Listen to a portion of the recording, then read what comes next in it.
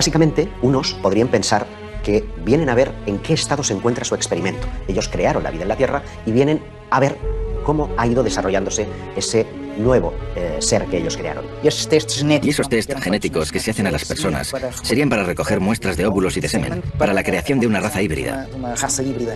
Del mismo modo en que el Homo sapiens sapiens consiguió superar al Neandertal, aquí tendríamos una raza híbrida, que en el futuro vendría a hacerse con el planeta y alzarse sobre el Homo sapiens sapiens. Sin lugar a dudas. El fenómeno abducción acompaña al ser humano desde que tiene conciencia de ser hombre. Y esto es sorprendente porque revela que estamos siendo tutelados por una especie de inteligencia. No sabemos si extraterrestre o extradimensional, pero en cualquier caso ajena a nuestra propia conciencia y que nos ayuda a modelar nuestras creencias desde la noche de los tiempos. De hecho, eso vendría a explicar el porqué de esa pieza que falta en lo que es la evolución del hombre, que es el eslabón perdido, ¿no? Es decir, hay un momento en el que hay un salto cuantitativo, cualitativo tan enorme que hay quien piensa que algo tuvo que ocurrir. Y dentro de ese algo tuvo que ocurrir caben muchas posibilidades. Una de ellas es que genéticamente fuéramos manipulados por unas inteligencias que están fuera de este planeta. La segunda hipótesis, igualmente inquietante, es la posibilidad de que necesiten de nosotros y vengan a recoger especímenes de la Tierra para crear una raza híbrida que sea necesaria en ambos planetas, en el suyo de origen y en el planeta Tierra. Muchas de las mujeres dicen que tras haberles sido retirados los óvulos meses más tarde, se les presenta a estos bebés como si fueran hijos suyos. Muchas de ellas hablan de unos compartimentos grandes donde estaban depositados estos bebés, a donde se les acompañaba y se les mostraba: este es el tuyo. Y los extraterrestres querían que les enseñaran cómo transmitirles amor, cómo crear este enlace emocional, ya que estos nuevos seres tendrían ausencia de emociones. Ya en la década de los 70, el prestigioso investigador Joseph Allen Hynek creó la terminología que hoy es utilizada por la mayoría de los investigadores del fenómeno OVNI. En ella se establecen 4 tipos de contacto. Los encuentros del primer tipo estarían aludiendo a luces lejanas en el firmamento. Los encuentros del segundo tipo es cuando ese objeto se presenta ya como algo coherente, como una nave. Los del tercer tipo son aquellos en los que el ovni ya está aterrizado, incluso muestra una cierta interacción con el terreno. Se pueden ver humanoides a su alrededor, cogiendo muestras o tomando algún tipo de medida en el entorno. Y finalmente están los encuentros del cuarto tipo, que nos entran en la dimensión más psíquica del fenómeno ovni. Es el fenómeno abducción. En 1961, Barney y Betty, un matrimonio de New Hampshire, observan una luz en mitad de la noche. Viajaban en coche, de regreso de sus vacaciones en Canadá. Barney coge unos prismáticos de la guantera, mira esa luz, comenta con Betty si se trata de un ovni, si es cualquier otra cosa, sigue la ruta y unas curvas más adelante ese objeto se ha vuelto una luz cegadora que está posada en medio de la carretera con un ser de piel azulada que les está invitando a pasar. Barney queda aterrorizado. De hecho, las punteras de sus pies estaban desgastados porque literalmente fue arrastrado hasta el interior de la nave.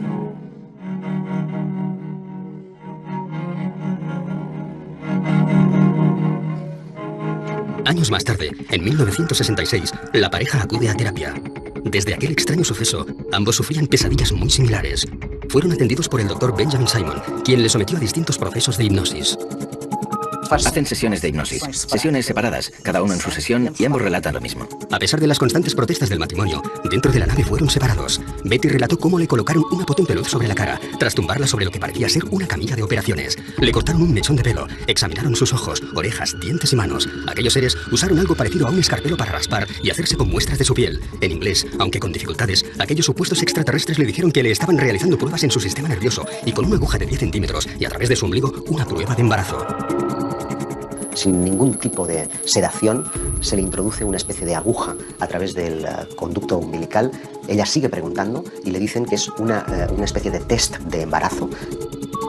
Una de las cosas más llamativas del episodio de los Hill es la descripción de una técnica de prospección intrauterina denominada laparoscopia que no sería descubierta hasta 20 años más tarde. Aun aceptando que pudieran haber en la literatura médica escritos, estos no aparecerían hasta una década más tarde. Por lo tanto, es una prueba objetiva de que hay ciertos conocimientos que los abducidos describen que son ignorados. La abducción de Barney y Betty Hill tuvo un impacto importante en la ufología porque fue la primera vez que se reconoció la posibilidad de que estos seres interactuaban con nosotros, que de alguna forma íntima nos estaban vigilando, siguiendo y posiblemente nos estaban manipulando a un nivel biológico o incluso genético. Fue la primera vez que la mayoría de las personas que seguían estos temas se sentían vulnerables posiblemente porque parecía que los ovnis habían entrado en sus vidas personales. El estudio de las abducciones es tremendamente monótono. Todos los episodios tienen un modus operandi que es prácticamente idéntico. El protagonista suele estar conduciendo generalmente de noche. De repente, una luz lejana se hace presente, él la observa y a continuación esa luz ya está posada en el suelo. Unos seres le invitan, en unos casos, en otros son forzados al interior de lo que ya es claramente una nave y allí son sometidos a todo tipo de experimentos, de reconocimientos médicos, de un chequeo muy general pero con un punto común, y es que todos ellos tienen un interés fundamental en la genética, en la reproducción. Lo que suelen decirnos los protagonistas de estos incidentes es que después de su experiencia la sensación es la de estar controlados, la de estar sirviendo información vía monitoraje de sus actividades a lo largo del tiempo. Y esto explica el por qué en muchos casos de abducción parece haber una especie de recurrencia en el individuo. Generalmente hay un primer caso que suele ocurrir en la niñez, alrededor de los 8 y 12 años, y posteriormente suelen irse produciendo otras visitas parecidas a lo largo de su vida. Esto significa que existe un estudio previo de todos los seres humanos por parte de estas entidades y que eligen a uno de ellos porque les interesa algo que tienen ellos. Es decir, con un muestreo de 7.000 millones de personas, cada uno con nuestro ADN y cada uno con nuestra personalidad, les interesa algo que tienen. Y ese algo lo están controlando y monitorizando durante el resto de su vida. Posteriormente, hay otro elemento común en las abducciones, y es que el testigo no recuerda esta hasta tiempo después. Incluso tiene que entrar en escena hipnoterapeutas, que son los que le traen al presente ese recuerdo del pasado. Y a partir de ahí, la vida del testigo cambia. El tiempo es muy importante en los casos de abducción, porque parece que los seres que tripulan las naves parecen jugar con él. Se produce lo que llamamos un tiempo perdido. Es decir, el personaje, después de haber experimentado todo el proceso de abducción, no recuerda nada. Es a partir de entonces, a veces motivados por sueños, por problemas en sus relaciones personales, que acude a un terapeuta. Y es en el transcurso del contacto con este terapeuta que se pone al descubierto lo que ocurrió en ese tiempo perdido. ¿Realmente nos encontramos ante un plan genético ideado por seres provenientes de otro planeta? Casi un 2% de la población de algunas ciudades afirma tener síntomas de haber sido abducido, al menos una vez, a lo largo de su vida. Entre esos cientos de miles de personas, solo unos pocos afirman poseer algún tipo de prueba física, tras la manipulación a la que fueron sometidos. El tema de los implantes quizás sea el más interesante a nivel de abducciones por la prueba física que eso conlleva. Durante muchos años se ha expuesto que algunos abducidos dicen que han tenido diferentes marcas tras esas abducciones. Esas marcas que en algunos casos puede quedarse toda la vida, o en algunos otros casos dicen que desaparecen. En la primavera de 2011 sale a la luz el caso de Ron Noel, un hombre que afirma haber sido abducido en repetidas ocasiones desde que tenía 9 años. Con una vida llena de lagunas y de momentos en blanco, acude a distintos especialistas, pero es en una sencilla revisión médica donde una radiografía hace saltar la sorpresa. Dentro del interior de su hueso, del hueso del cúbito, tenía una pieza metálica. Él no recordaba haber tenido ningún tipo de accidente, él no recordaba haber tenido ningún tipo de operación anterior y, bueno, pues el hecho es que estaba ahí. Ron, ante la falta de respuesta, se pone en contacto con Roger Lehr, un excéntrico especialista en extracción de implantes. Ya en las primeras pruebas realizadas, descubrirían que se encontraban ante algo distinto a todo lo estudiado hasta la fecha. Un detalle muy interesante es que se emitían ondas de radio. Pudieron comprobar cómo, a través de un medidor de radio, pues aquel aparato estaba emitiendo una onda de radio. Quizá otra de las cosas más interesantes era que existe una capa de protección proteica alrededor de ese implante. En 2012, el mismo Roger Lehr realiza la extracción del implante y su posterior examen. Lo que se veía en ese microscopio electrónico es posiblemente el aparato más sofisticado que ha visto el hombre en toda su historia. Estamos hablando de un mecanismo prácticamente biológico.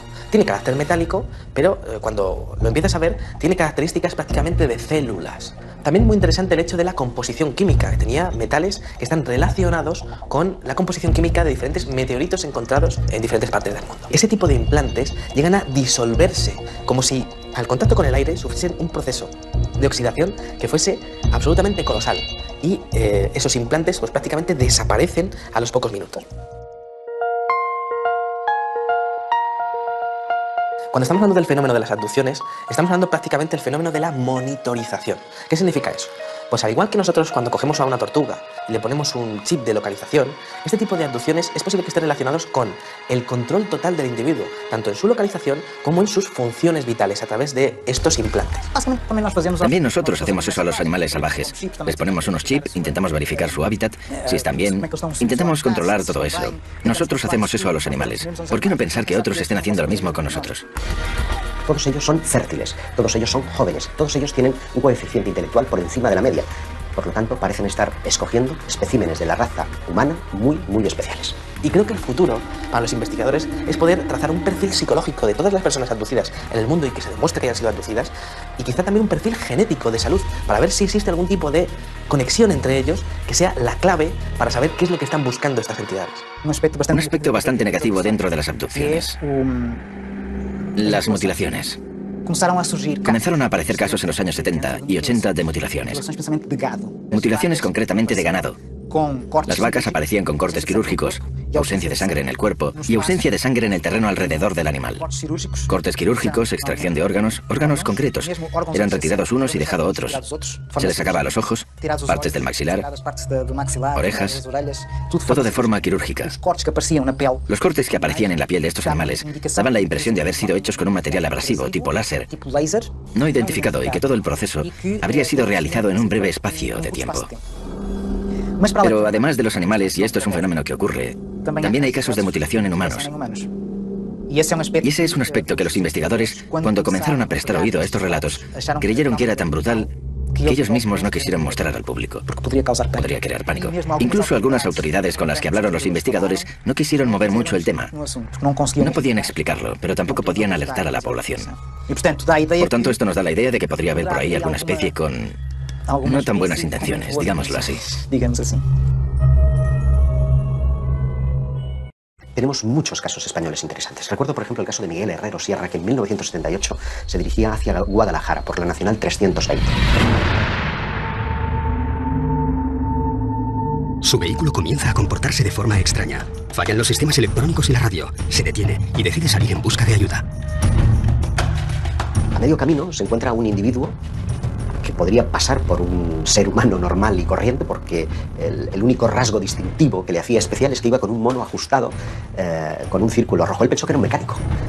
El caso es que este hombre le convence para que le siga, le lleva a un claro en el bosque, en donde encuentra una nave posada, dice que tiene forma de sombrero, que está a unos 10 metros por encima del terreno y que deja caer un rayo de luz hacia la superficie del terreno. Miguel se ve inmerso en un haz de luz que lo transporta hasta el interior de lo que parece ser una nave espacial. Dice que la estancia es extraordinariamente grande, que las paredes parecen como desdibujarse, como si se desmaterializaran en un momento determinado, pero en otras vuelven a materializarse, que hay como paneles con datos. El relato vuelve a coincidir con casi todos los casos de abducción, cuando Miguel es sometido a varios ensayos clínicos. Pero al incorporarse, se encuentra algo difícilmente explicable. Le colocan en la camilla y después de experimentar con él y de reconocerlo, se reincorpora y hay algo que le perturba de una forma extraordinaria. Es que un ser que estaba de espaldas a él se da la vuelta y se encuentra a sí mismo, como si fuera un doble especular. La única característica que le distinguía es que una cicatriz que tiene en la cara estaba justamente al otro lado, como si fuera una imagen reflejada en un espejo. Y cuando intenta tocarle, el ser le dice, no lo hagas, porque si le tocas podrías destruirte y destruirle a él. Le cuentan la teoría de la antimateria, es decir, la carga eléctrica era inversa a la suya, de modo que nos encontramos frente a un concepto que no sería teorizado hasta muchos años más tarde. Para tratar de verificar lo que ha sucedido en el tiempo perdido, los investigadores acuden fundamentalmente a tres procedimientos. Uno es el polígrafo o la máquina de la verdad, que solamente se puede emplear en aquellos casos en los que el testigo recuerda previamente su experiencia, para tratar de verificar si lo que ha dicho es verdad o no. Muchos de los abducidos que han sido interrogados por este método, pues no se ha encontrado que estén mintiendo. El segundo método es el llamado pentotal sódico o suero de la verdad. Lo que trata es de inducir a través de una droga, de una sustancia psicotrópica, un estado de relajación en el que parece imposible mentir. Es un método muy cuestionado, por lo que el método más popular y utilizado para rescatar los recuerdos de los abducidos es el de la regresión hipnótica. Nos encontramos ante miles de casos reales, o se trata de algún tipo de alucinación colectiva. ¿Cómo podemos saber si un testigo ha sido realmente raptado por seres de otros mundos, o sencillamente está mintiendo? Es muy difícil, porque para empezar, él tiene miedo a ser considerado loco. Debe tener la certeza de que esa persona que le va a recibir no va a reírse, no va a burlarse de él. Ha de tener la certeza de que recibirá eso que él cuenta sin hacer comentarios. Es entonces cuando se entrega al proceso, sobre todo porque viene con momentos que no recuerda. Aparece con marcas en el cuerpo, siente que pasó algo, tiene flashes que no logra integrar en su vida. Viene muy confuso y recela hasta de aquello que va a descubrir. Si han tenido un contacto con otros seres, por ejemplo, luego es difícil conversar al respecto con otras personas. Es difícil contárselo a los amigos e incluso encontrar profesionales que estén abiertos a escuchar este tipo de problemas. En ocasiones la intención es fundamental, ¿no? Porque esa persona está buscando ese último clavo al que aferrarse, va buscando una respuesta a lo que le ha ocurrido y esa respuesta la busca en ti, en el investigador, en el periodista, en la persona que se acerca para escucharle y que no se ríe de esa experiencia. Parto de la idea de que la intuición juega un papel fundamental, no para saber, evidentemente, si una persona ha sido abducida o no, pero sí para saber si está mintiendo o no. Son personas absolutamente normales y que muchas veces quedan sorprendidas. No son personas que se interesen previamente por el tema. Tendrían ausencia de emociones. Ya en la década de los 70, el prestigioso investigador Joseph Allen Hynek creó la terminología que hoy es utilizada por la mayoría de los investigadores del fenómeno ovni. En ella se establecen 4 tipos de contacto. Los encuentros del primer tipo estarían aludiendo a luces lejanas en el firmamento. Los encuentros del segundo tipo es cuando ese objeto se presenta ya como algo coherente, como una nave. Los del tercer tipo son aquellos en los que el ovni ya está aterrizado, incluso muestra una cierta interacción con el terreno. Se pueden ver humanoides a su alrededor, cogiendo muestras o tomando algún tipo de medida en el entorno. Y finalmente están los encuentros del cuarto tipo, que nos entran en la dimensión más psíquica del fenómeno ovni. Es el fenómeno abducción. En 1961, Barney y Betty, un matrimonio de New Hampshire, observan una luz en mitad de la noche. Viajaban en coche, de regreso de sus vacaciones en Canadá. Barney coge unos prismáticos de la guantera, mira esa luz, comenta con Betty si se trata de un ovni, si es cualquier otra cosa, siguen la ruta y unas curvas más adelante ese objeto se ha vuelto una luz cegadora que está posada en medio de la carretera con un ser de piel azulada que les está invitando a pasar. Barney queda aterrorizado. De hecho, las punteras de sus pies estaban desgastados porque literalmente fue arrastrado hasta el interior de la nave.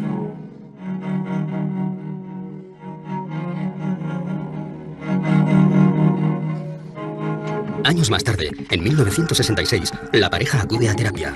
Desde aquel extraño suceso, ambos sufrían pesadillas muy similares. Fueron atendidos por el Dr. Benjamin Simon, quien les sometió a distintos procesos de hipnosis. Hacen sesiones de hipnosis, sesiones separadas, cada uno en su sesión y ambos relatan lo mismo. A pesar de las constantes protestas del matrimonio, dentro de la nave fueron separados. Betty relató cómo le colocaron una potente luz sobre la cara, tras tumbarla sobre lo que parecía ser una camilla de operaciones. Le cortaron un mechón de pelo, examinaron sus ojos, orejas, dientes y manos. Aquellos seres usaron algo parecido a un escarpelo para raspar y hacerse con muestras de su piel. En inglés, aunque con dificultades, aquellos supuestos extraterrestres le dijeron que le estaban realizando pruebas en su sistema nervioso y con una aguja de 10 centímetros y a través de su ombligo una prueba de embarazo. Sin ningún tipo de sedación, se le introduce una especie de aguja a través del conducto umbilical. Ella sigue preguntando y le dicen que es una especie de test de embarazo. Una de las cosas más llamativas del episodio de los Hill es la descripción de una técnica de prospección intrauterina denominada laparoscopia que no sería descubierta hasta 20 años más tarde. Aun aceptando que pudieran haber en la literatura médica escritos, estos no aparecerían hasta una década más tarde. Por lo tanto, es una prueba objetiva de que hay ciertos conocimientos que los abducidos describen que son ignorados. La abducción de Barney y Betty Hill tuvo un impacto importante en la ufología porque fue la primera vez que se reconoció la posibilidad de que estos seres interactuaban con nosotros, que de alguna forma íntima nos estaban vigilando, siguiendo y posiblemente nos estaban manipulando a un nivel biológico o incluso genético. Fue la primera vez que la mayoría de las personas que seguían estos temas se sentían vulnerables posiblemente porque parecía que los ovnis habían entrado en sus vidas personales. El estudio de las abducciones es tremendamente monótono. Todos los episodios tienen un modus operandi que es prácticamente idéntico. El protagonista suele estar conduciendo generalmente de noche. De repente, una luz lejana se hace presente, él la observa y a continuación esa luz ya está posada en el suelo. Unos seres le invitan en unos casos, en otros son forzados al interior de lo que ya es claramente una nave y allí son sometidos a todo tipo de experimentos, de reconocimientos médicos, de un chequeo muy general pero con un punto común y es que todos ellos tienen un interés fundamental en la genética, en la reproducción. Lo que suelen decirnos los protagonistas de estos incidentes es que después de su experiencia la sensación es la de estar controlados, la de estar sirviendo información vía monitoraje de sus actividades a lo largo del tiempo. Y esto explica el por qué en muchos casos de abducción parece haber una especie de recurrencia en el individuo. Generalmente hay un primer caso que suele ocurrir en la niñez, alrededor de los 8 y 12 años, y posteriormente suelen irse produciendo otras visitas parecidas a lo largo de su vida. Esto significa que existe un estudio previo de todos los seres humanos por parte de estas entidades y que eligen a uno de ellos porque les interesa algo que tienen ellos. Es decir, con un muestreo de 7.000 millones de personas, cada uno con nuestro ADN y cada uno con nuestra personalidad, les interesa algo que tienen. Y ese algo lo están controlando y monitorizando durante el resto de su vida. Posteriormente, hay otro elemento común en las abducciones, y es que el testigo no recuerda esta hasta tiempo después. Incluso tienen que entrar en escena hipnoterapeutas, que son los que le traen al presente ese recuerdo del pasado. Y a partir de ahí la vida del testigo cambia. El tiempo es muy importante en los casos de abducción, porque parece que los seres que tripulan las naves parecen jugar con él. Se produce lo que llamamos un tiempo perdido. Es decir, el personaje, después de haber experimentado todo el proceso de abducción, no recuerda nada. Es a partir de entonces, a veces motivados por sueños, por problemas en sus relaciones personales, que acude a un terapeuta. Y es en el transcurso del contacto con este terapeuta que se pone al descubierto lo que ocurrió en ese tiempo perdido. ¿Y realmente nos encontramos ante un plan genético ideado por seres provenientes de otro planeta? Casi un 2% de la población de algunas ciudades afirma tener síntomas de haber sido abducido, al menos una vez, a lo largo de su vida. Entre esos cientos de miles de personas, solo unos pocos afirman poseer algún tipo de prueba física, tras la manipulación a la que fueron sometidos. El tema de los implantes quizás sea el más interesante a nivel de abducciones por la prueba física que eso conlleva. Durante muchos años se ha expuesto que algunos abducidos dicen que han tenido diferentes marcas tras esas abducciones. Esas marcas que en algunos casos puede quedarse toda la vida o en algunos otros casos dicen que desaparecen. En la primavera de 2011 sale a la luz el caso de Ron Noel, un hombre que afirma haber sido abducido en repetidas ocasiones desde que tenía 9 años. Con una vida llena de lagunas y de momentos en blanco, acude a distintos especialistas, pero es en una sencilla revisión médica donde una radiografía hace saltar la sorpresa.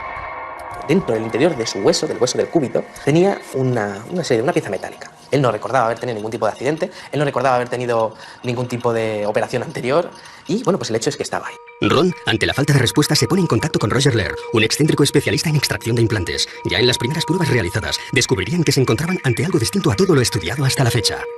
Un detalle muy interesante es que se emitían ondas de radio. Pudieron comprobar cómo a través de un medidor de radio, pues aquel aparato estaba emitiendo una onda de radio. Quizá otra de las cosas más interesantes era que existe una capa de protección proteica alrededor de ese implante. En 2012, el mismo Roger Lehr realiza la extracción del implante y su posterior examen. Lo que se veía en ese microscopio electrónico es posiblemente el aparato más sofisticado que ha visto el hombre en toda su historia. Estamos hablando de un mecanismo prácticamente biológico. Tiene carácter metálico, pero cuando lo empiezas a ver, tiene características prácticamente de células. También muy interesante el hecho de la composición química, que tenía metales que están relacionados con la composición química de diferentes meteoritos encontrados en diferentes partes del mundo. Ese tipo de implantes llegan a disolverse, como si al contacto con el aire sufriesen un proceso de oxidación que fuese absolutamente colosal. Y esos implantes pues prácticamente desaparecen a los pocos minutos.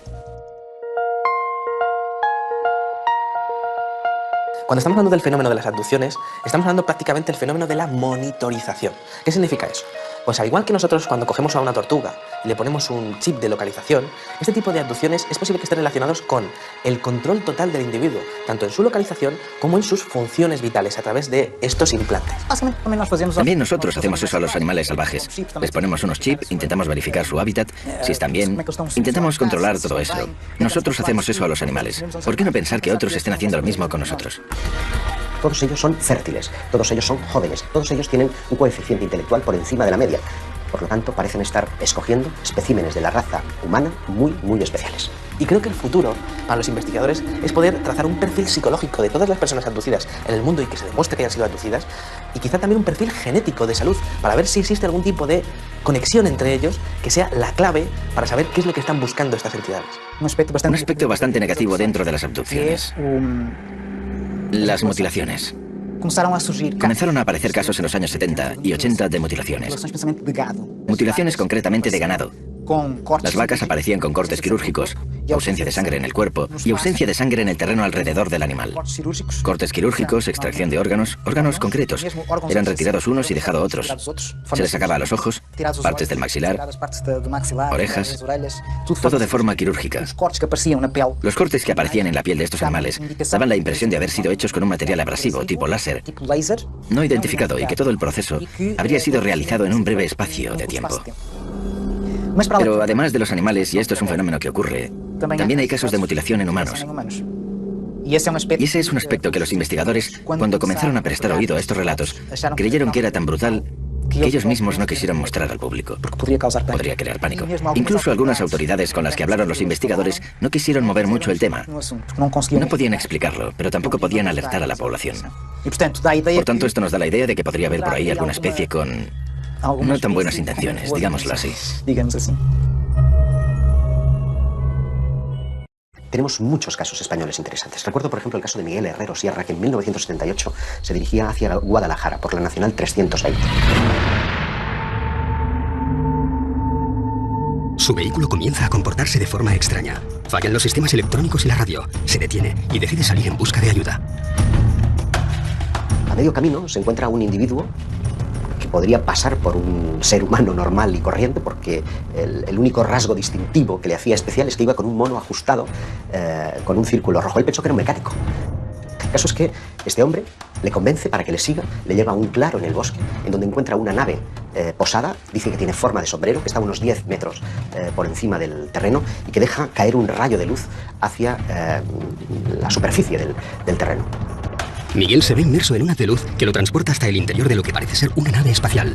Dice que la estancia es extraordinariamente grande, que las paredes parecen como desdibujarse, como si se desmaterializaran en un momento determinado, pero en otras vuelven a materializarse, que hay como paneles con datos. El relato vuelve a coincidir con casi todos los casos de abducción, cuando Miguel es sometido a varios ensayos clínicos. Pero al incorporarse, se encuentra algo difícilmente explicable.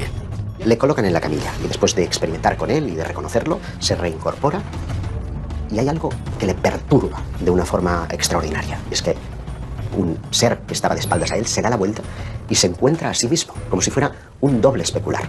La única característica que le distinguía es que una cicatriz que tiene en la cara estaba justamente al otro lado, como si fuera una imagen reflejada en un espejo. Y cuando intenta tocarle, el ser le dice, no, no lo hagas, porque si le tocas podrías destruirte y destruirle a él. Le cuentan la teoría de la antimateria, es decir, la carga eléctrica era inversa a la suya, de modo que nos encontramos frente a un concepto que no sería teorizado hasta muchos años más tarde. Para tratar de verificar lo que ha sucedido en el tiempo perdido, los investigadores acuden fundamentalmente a tres procedimientos. Uno es el polígrafo o la máquina de la verdad, que solamente se puede emplear en aquellos casos en los que el testigo recuerda previamente su experiencia, para tratar de verificar si lo que ha dicho es verdad o no. Muchos de los abducidos que han sido interrogados por este método, pues no se ha encontrado que estén mintiendo. El segundo método es el llamado pentotal sódico o suero de la verdad. Lo que trata es de inducir a través de una droga, de una sustancia psicotrópica, un estado de relajación en el que parece imposible mentir. Es un método muy cuestionado, por lo que el método más popular y utilizado para rescatar los recuerdos de los abducidos es el de la regresión hipnótica. Nos encontramos ante miles de casos reales, o se trata de algún tipo de alucinación colectiva. ¿Cómo podemos saber si un testigo ha sido realmente raptado por seres de otros mundos, o sencillamente está mintiendo? Es muy difícil, porque para empezar, él tiene miedo a ser considerado loco.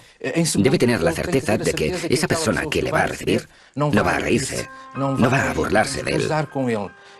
Ha de tener la certeza de que recibirá eso que él cuenta sin hacer comentarios. Es entonces cuando se entrega al proceso, sobre todo porque viene con momentos que no recuerda. Aparece con marcas en el cuerpo, siente que pasó algo, tiene flashes que no logra integrar en su vida. Viene muy confuso y recela hasta de aquello que va a descubrir. Si han tenido un contacto con otros seres, por ejemplo, luego es difícil conversar al respecto con otras personas. Es difícil contárselo a los amigos e incluso encontrar profesionales que estén abiertos a escuchar este tipo de problemas. En ocasiones la intención es fundamental, ¿no?